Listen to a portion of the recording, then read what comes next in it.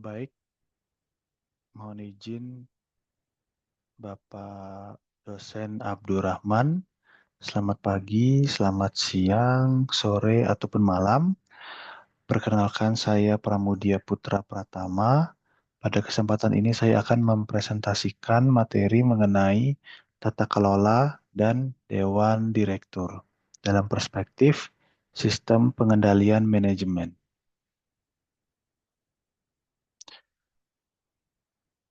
Nah, pada kesempatan ini saya akan membahas pokok-pokok antara lain pengendalian keuangan, hukum dan peraturan, Undang-Undang Sarbanes-Oxley 2002, peran Dewan Direksi, Komite Audit, Komite Kompensasi, serta kesimpulan dari seluruh pembahasan.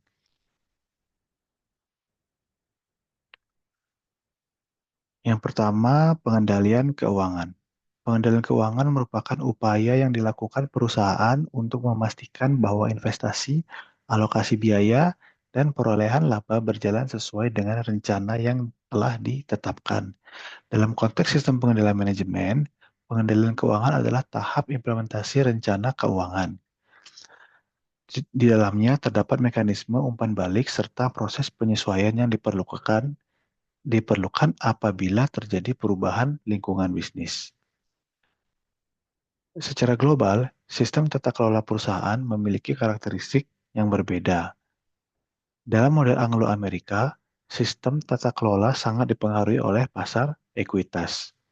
Di Eropa Barat dan Asia, pengaruh pemerintah serta kepemilikan yang terkonsentrasi lebih dominan. Sedangkan di negara-negara Skandinavia, tata kelola lebih banyak bergantung pada norma sosial dan harapan masyarakat. Nah, perbedaan ini menunjukkan bahwa pengendalian keuangan tidak bisa dilepaskan dari sistem tata kelola yang berlaku di suatu negara. Nah, selanjutnya adalah hukum dan peraturan. Secara umum, orientasi tata kelola perusahaan di dunia terbagi menjadi dua sistem besar. Yang pertama, sistem Anglo-Amerika, khususnya di Amerika Serikat. Dalam sistem ini, hukum menciptakan kewajiban fidusia bagi manajer dan direksi untuk bertindak demi kepentingan terbaik pemegang saham. Kemudian yang kedua, sistem Eropa kontinental dan Jepang. Sistem ini lebih menekankan bahwa perusahaan harus dikelola untuk kebaikan perusahaan itu sendiri, para stakeholder, dan masyarakat secara luas. Artinya, fokusnya tidak hanya pada shareholder, tetapi juga pada stakeholder. Nah, salah satu regulasi penting dalam tata kelola adalah Sarbanes-Oxley Act. Nah, undang-undang ini diberlakukan di Amerika Serikat pada tahun 2002 sebagai respon atas berbagai skandal keuangan besar. Tujuan utamanya adalah meningkatkan transparansi, ketepatan waktu, dan kualitas pelaporan keuangan perusahaan publik. Undang-undang ini memberikan persyaratan baru kepada perusahaan yang terdaftar di Amerika Serikat dan auditor mereka, terutama dalam hal tanggung jawab manajemen terhadap laporan keuangan. Dalam konteks sistem pengendalian manajemen, regulasi ini memperkuat sistem pengawasan dan akuntabilitas perusahaan. Selanjutnya adalah Dewan Direksi. Dewan Direksi memiliki tanggung jawab fidusia yang terdiri dari beberapa elemen utama. Yang pertama adalah kewajiban pemeliharaan, yang kedua kewajiban itikat baik, yang ketiga kewajiban loyalitas, yang keempat kewajiban untuk tidak melakukan pemborosan. Secara umum, tanggung jawab utama Dewan Direksi adalah menjaga kepentingan investor serta melindungi stakeholder lainnya. Nah, kemudian prinsip dasar Dewan Direksi. Dalam memutuskan bagaimana struktur kegiatan dan cara untuk bertindak, Dewan Direksi harus mengikuti beberapa prinsip dasar. Yang pertama adalah mematuhi hukum dan peraturan yang relevan. Yang kedua, mengikuti praktik terbaik dalam tata kelola perusahaan. Dalam sistem pengendalian manajemen, Dewan Direksi berperan sebagai mekanisme pengawasan strategis terhadap manajemen. Kemudian selanjutnya tentang komite audit. Komite audit merupakan bagian penting dari struktur Dewan Direksi. Beberapa praktik umum yang disarankan untuk komite audit antara lain, yang pertama, mendapat dukungan dan arahan dari seluruh jajaran direksi. Yang kedua, menggunakan agenda dan mengikuti program kerja formal, menyimpan risalah rapat, dan mendistribusikan jadwal pertemuan ke Dewan Direksi. Jadwal pertemuan disiapkan di awal, sehingga peserta memiliki waktu yang cukup untuk mempersiapkan segala sesuatu. Yang ketiga, memiliki setidaknya 3 anggota, namun tidak terlalu banyak, sehingga semua anggota dapat menjadi peserta yang aktif. Yang keempat, memastikan bahwa komite terdiri dari individu-individu yang tepat. Menetapkan tanggung jawab anggota dan berharap bahwa anggota yang tidak lagi berkeinginan memberikan kontribusi yang bermanfaat untuk mundur dari posisinya. Pastikan bahwa semua anggota mandiri terhadap manajemen, mengerti masalah keuangan, dan terlibat secara aktif dalam semua kegiatan.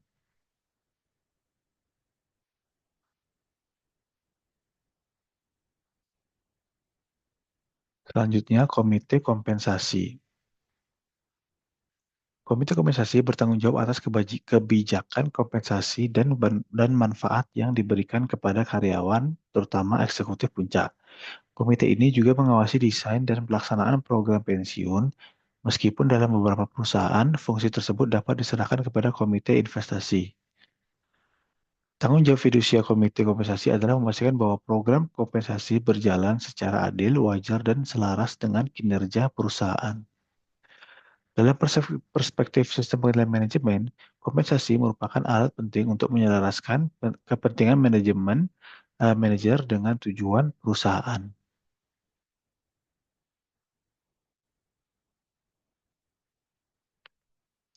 Sebagai kesimpulan, Dewan Direksi merupakan bagian yang sangat penting dalam sistem tata kelola perusahaan dan sistem pengendalian manajemen. Hukum dan peraturan memang mengatur berbagai praktik, seperti independensi anggota komite audit dan komite kompensasi. Namun, hukum tidak dapat mengatur seluruh aspek tata kelola. Perlu dipahami bahwa Dewan Direksi memiliki keterbatasan. Direksi independen umumnya tidak terlibat dalam operasional harian perusahaan.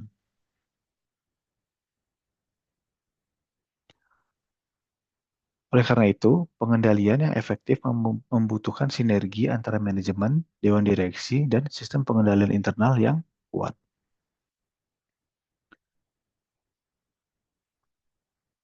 Nah, sekarang saya akan menyampaikan contoh kasus nyata yang menunjukkan pentingnya tata kelola dan sistem pengendalian manajemen. Kasus yang pertama adalah skandal Enron pada tahun 2001. Enron memanipulasi laporan keuangan untuk menyembunyikan utang dan meningkatkan laba secara artifisial. Kegagalan pengawasan Dewan Direksi dan Komite Audit menyebabkan kerugian besar bagi investor. Nah, akhirnya peristiwa ini mendorong lahirnya Sarbanes-Oxley Act tahun 2002. Kemudian kasus yang pertama ini menunjukkan bahwa lemahnya pengendalian internal. Kemudian komite audit tidak menjalankan fungsi pengawasan secara efektif. Kemudian Dewan Direksi gagal mendeteksi risiko etis dan keuangan. Kemudian dampaknya itu sangat besar sehingga akhirnya pemerintah Amerika Serikat menerbitkan Sarbanes-Oxley Act untuk memperketat tata kelola dan transparansi laporan keuangan. Kemudian kasus kedua adalah World.com. World.com melakukan manipulasi laporan keuangan dengan mengklasifikasikan biaya operasional sebagai investasi, sehingga laba terlihat jauh lebih besar dari kenyataannya. Nah, kerugian yang ditimbulkan ini mencapai miliaran dolar dan menjadi salah satu kebangkrutan terbesar dalam sejarah Amerika Serikat. Nah, dari kasus dua ini memperlihatkan bahwa yang pertama, kegagalan sistem penilaian manajemen dalam memonitor kinerja keuangan. Yang kedua, kompensasi eksekutif yang terlalu berorientasi pada laba jangka pendek. Yang ketiga, dewan direksi yang kurang kritis terhadap laporan manajemen. Yang keempat, sistem insentif yang tidak dirancang dengan baik dapat mendorong perilaku opportunistic manajemen.